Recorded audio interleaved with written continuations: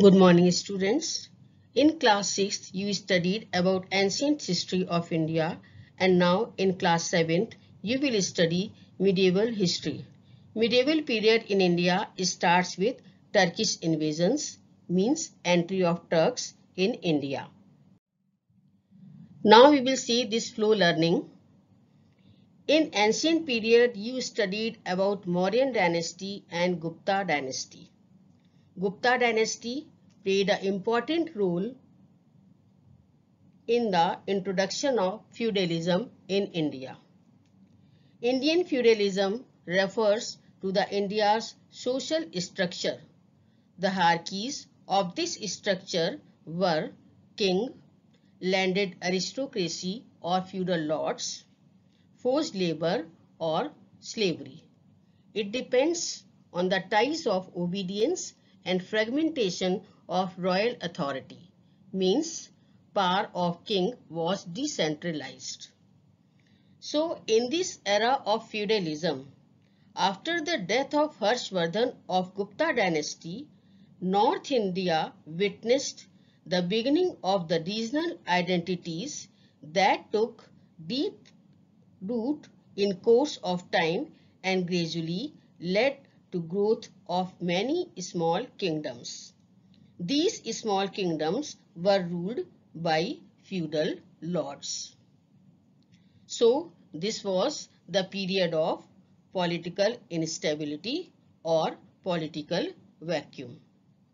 You know that united we stand, divided we fall. This political vacuum and wealth of India offered the perfect opportunity for foreign invaders to raid and invade India. Arabs were the first who came to India for trade in 7th century. Here it is necessary to know about Arab and Turks. In chapter 3, you studied about Umayyad dynasty, the Arab Empire in Iraq, present-day Iraq. Arab arrived at the coastal regions of India and soon the wealth of India attracted them.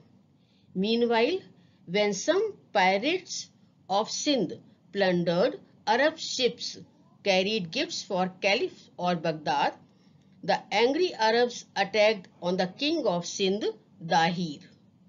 Under the leadership of Muhammad bin Qasim, the commander of Umayyad dynasty, they captured Sindh and Multan in 712 CE.